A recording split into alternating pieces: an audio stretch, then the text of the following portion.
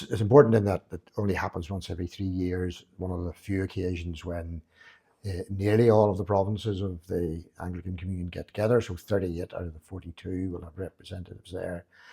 And as the Anglican Communion doesn't have a big curia at the centre, a big organisation at the centre to organise it, these gatherings are the way that we relate internationally to one another.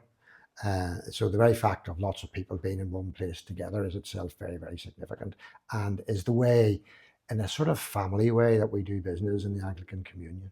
Those who will be here represent millions of Anglicans worldwide. What for you will be the high points of the 8-day gathering?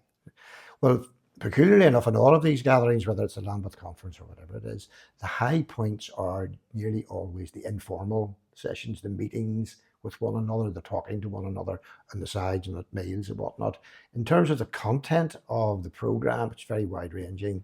There are things called the Nairobi-Cairo proposals, which are a very grandiose name for some discussion about how we define or describe the communion so that it reflects the reality of today rather than the reality of the 1930s or 40s when the first definitions were put together, and how we can help the Archbishop of Canterbury shoulder the load of being the sort of first among equals in representing the communion. So that's one very significant series of discussions which will take place.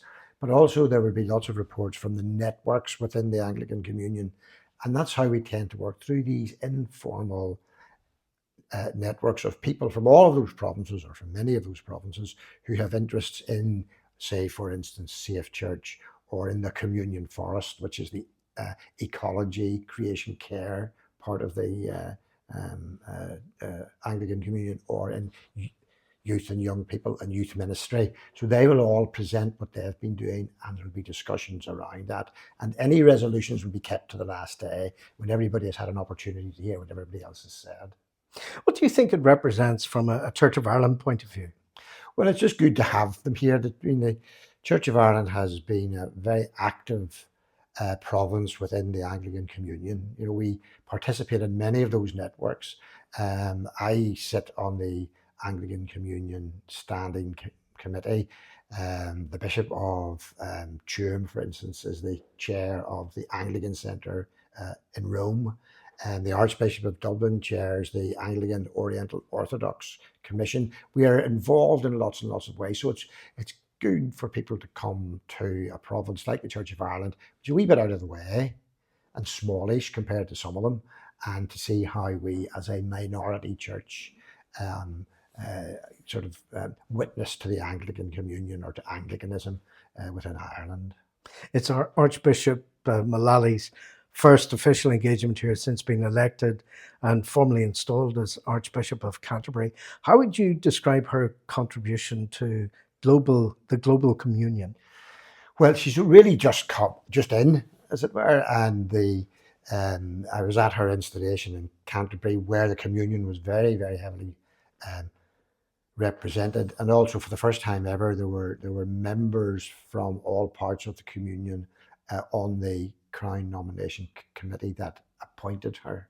So for the first time ever, the communion had a role in the appointment of the Archbishop of Canterbury, and that's quite an historic thing.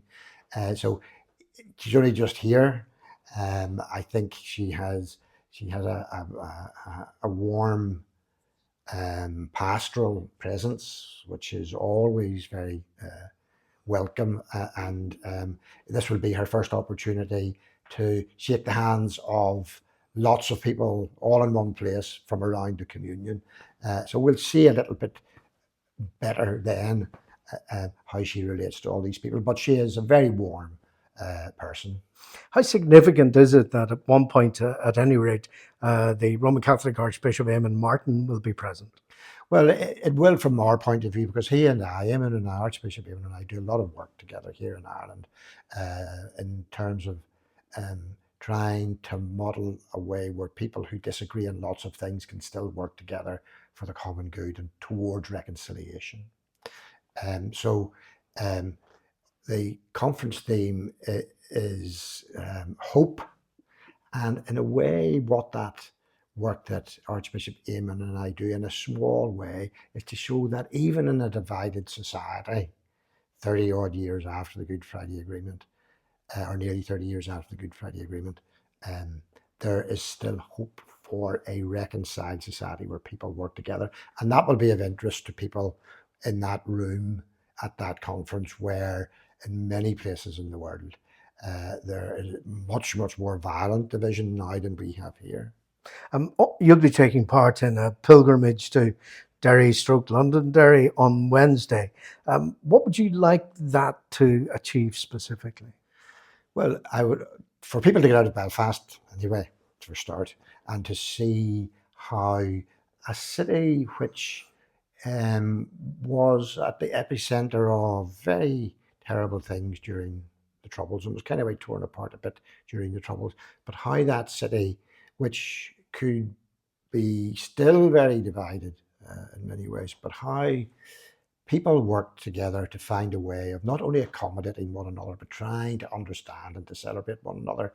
And I think the important thing about how it was done in Derry, and I stand to be corrected in this, but I think it's probably accurate to say that at least as much was achieved by civic society as by politicians or by anyone else, by businessmen and churches and youth groups and people who had a very strong sense of identifying with Derry and of the identity of Derry, and didn't want the way it had been projected across the world for all those years to remain. And from my point of view, thinking back to the witness of Edward Daly and Jim Mahaffey, two bishops, an Anglican bishop and a Catholic bishop, who did a lot together, and that visibility to show that even in a society which is, even in a city which is about 80-20 in terms of the community balance, that a way can be found to respect one another. When the dust settles and they all leave to go back to their provinces, what do you think, what would you like to think would be the legacy of ACC 19? Well, I remember somebody saying to me once, and it was a wise thing to say, that if you talk to someone, say in a pastoral situation for an hour or half an hour, when they go away, they probably will hardly remember a word you said, but they'll remember how you made them feel. Welcome or whatever it might be, or sympathetic or whatever. And I hope that that's the case, that when people leave here, they think, we've been to Belfast, we probably had some ideas about it in the back of our minds, or maybe didn't know it at all, whatever. But now we've been there. It's a warm place. These are warm people. This is a small minority church, 350,000 people across the island of Ireland, who make a bit of a difference where they are, and who haven't done everything right, and probably still make a lot of mistakes, but they're trying their best in this role of discipleship of Jesus Christ.